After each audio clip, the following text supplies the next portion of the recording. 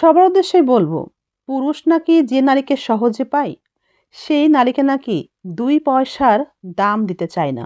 তাই যদি হয়, এটাই যদি সত্য হয়, তাহলে তো এটাও সত্য। পুরুষ যে নারীকে চায়, যে নারীকে দাম দিতে চায়, যে নারীকে পাত্তা দিতে চায়, সেই নারী সেই পুরুষকেই পাত্তা দেয় না, সেই পুরুষকেই দাম দেয় না। আপনি আপনার পুরুষকে সময় দেন, দাম দেন, কিন্তু সে আপনাকে মূল্যায়ন করে না, সময় দেয় না। ধরে রাখবেন না, এই পুরুষকে আপনি ছেড়ে দিন।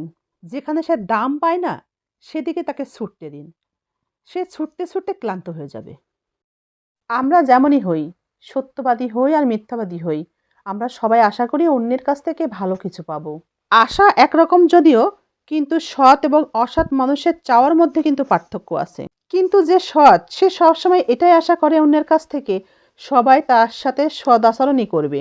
যদিও এটা কখনোই সম্ভব নয়। আসলে চাওয়াটা এমন হয়ে গেল না, সিংহের সামনে আপনি দাঁড়িয়ে ভাবছেন সিংহ আপনাকে খাবে না। ওই যে আপনি সিংহকে খেতে পারেন না।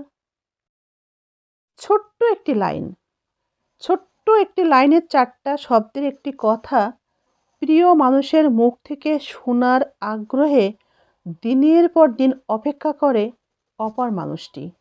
প্রিয় মানুষের আমি তো আছি, এই একটি কথা অপর মানুষটির হতাশাকে উড়িয়ে দিতে পারে। কিন্তু আশ্চর্যের বিষয়, অনেক প্রিয় মানুষ তার প্রিয় মানুষটিকে সাহস করে এই কথাটি বলতে পারে না।